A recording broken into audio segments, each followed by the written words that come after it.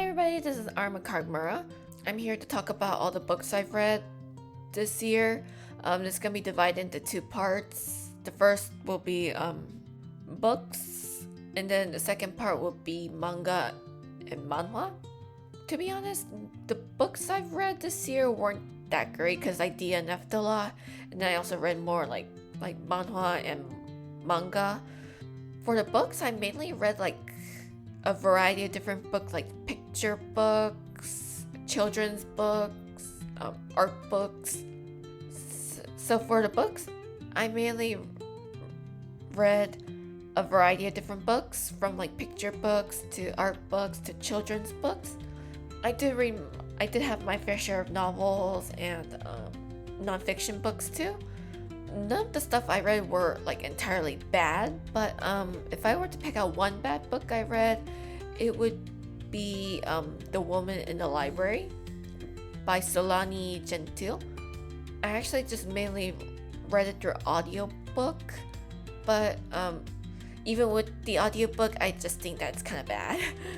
Like the murder was dragging out way too long.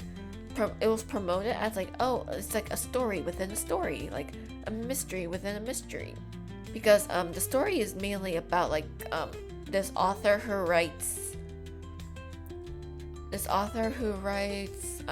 a mystery novel. Well, and then it's like most of the story revolves around the fictional mystery story, while the actual author herself gets letters from one of her beta readers, and then it spirals into this weird obsession that the beta reader has over the author. I don't think it did a very good job.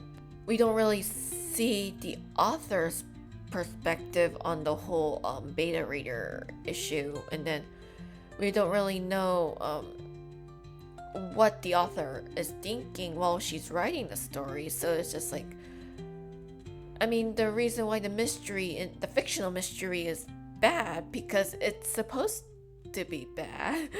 Like, it's fiction at the end of the day, but at the same time, it's just like, did you really have to drag everything out? Did you really have to like create this love story that makes no apparent sense? And like, oh, these characters are good, or like these, I don't know, it wasn't that good. And the ending, like the culprit reveal, was kind of bad, because like when the culprit is revealed, then there are like 6 pages left, and it's just like everything happens so fast. You're just like, what the heck's going on? So yeah, that's the worst book I've read this year. And then for the best books, there are 4 that stand out to me in no particular order. The first would be The Outsiders by S.E. Hinton. If you don't really know what The Outsiders is, it's basically a story that takes place in 1960s America. There are 2 types of people living in this town area. I think it's Oklahoma. There's one group of people called the Greasers, who are like low class, and then there are a group of people called the Sox, who are like a bit high class. And it's just mainly like a coming of age story between, like, you know, a group of greasers, which contains that's a Pony Boy, his brother Soda Pop, and Daryl, and their friends. Yeah, it's just basically like, you know, like the everyday happenings of Pony Boy. And then suddenly, like, the story's, it's mainly like character driven, because there's no like real concrete plot. But yeah, it was enjoyable nonetheless. And then next on the list is The Kite Runner by Khalid Hosseini. Yeah, that one was very depressing. Like, why was it depressing? No, I mean, yeah, I get why it's depressing, but sometimes it makes you question why it's so depressing. But yeah, it's a story that takes place in Afghanistan. Kite Runner is about 2 boys' lives in Afghanistan. One is a narrator named Amir, and the second is a boy named Hassan. And it's just basically like how Hassan and Amir live out their lives, all told through Amir's perspective. Hassan is kind of like his servant slash adopt. Like, they were raised together. They're like childhood friends and adopted brothers sort of thing. And well, mainly he's a servant to Amir, but they do behave like brothers. But but yeah, it's just things happen. There's like a big family drama and stuff like that.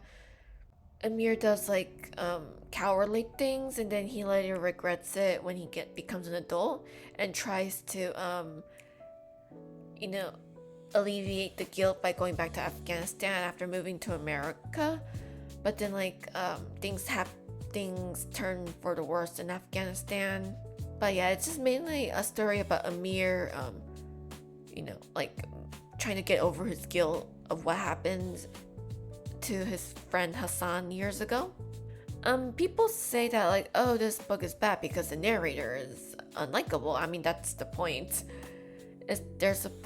Amir is supposed to be unlikable. Like, he was a kid back then, so it's just like, yeah, kids make stupid choices. But at the same time, it's just like, is the redemption enough for him? Is it not? Is it not enough for him? It's just, I don't know. I know that he's bad. He's not a good character and sort of an unreliable narrator, but I do feel a little bit bad, I guess. And then next on the list is the art and craft of fiction. Okay, the history behind this book is that it was my creative writing textbook when I was in university, and I decided to go back and read it because I was sort of in a writer's block regarding my web novel, Lavender Eyes. But yeah, fortunately, reading through this book helped out a bit and got my creative juices flowing back, so I'm kind of thankful for that. It's just mainly going over the fundamentals of story building, creative writing, yada yada yada. I mean, I'm sure there are like better books out there. I just had this book because it was my textbook. There's one quote I enjoyed from the book. It's fiction is an art, not a science, but inviolable laws. Given how people on social media these days can't really differentiate fiction from reality, I just thought it was like a very impactful quote. Because at the end of the day, fiction is fiction. People just write fiction just for the sake of being fiction. So yeah, it helped me realize that I don't have to be super realistic with what I write. Well, realism, you don't have to apply realism to everything. Sometimes you can just write fiction for the sake of fiction. Like, you're allowed to write dark stories even though you don't condone them in real life because it's fiction at the end of the day. You have your own will and your own mind to be able to differentiate that. It's just mainly a book about fundamentals, but I really don't recommend it because there are other books out there, and the art and craft of fiction is pretty expensive. And the last standout book I read this year, which is the best book I've read, is Honeybees and Distant Thunder by Rika Onda. It's a book translated from Japanese. It's about a piano competition featuring various pianists from all over, like stand-up pianists from Japan, like different parts of the world, but they're all Japanese in a way. Well, they're not all Japanese, but the central characters, the perspective characters, are Japanese, and then there are also different characters who are not Japanese. But it's just mainly a 2-week competition, piano competition, where everybody from different backgrounds, come together and try to win this prestigious competition. And I do like that there's the competition is told from perspective of both the pianist and the judges. So it's just you get to see both sides of how do people judge, what do the pianists think. But yeah, I think this was my favorite story this year because it did feel like I was reading through like a shonen manga about a piano competition. It was pretty entertaining.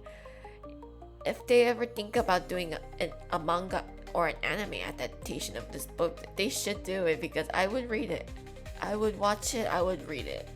I'm sorry if I'm like all over the place. This is like, I just made this out of a whim. I don't have a script. How many books have you read this year? And let me know which one was your best and your worst. And I'll be back with a manga ranking video, and I'm also working on my anime. I'm also working on a video where I talk about all the animes I watched this year too. And if you want, I can talk about the games, but let me know if you want to see that because I didn't really play that much games, just mainly older ones. So yeah, this was our ecargmura signing out. Have a great day.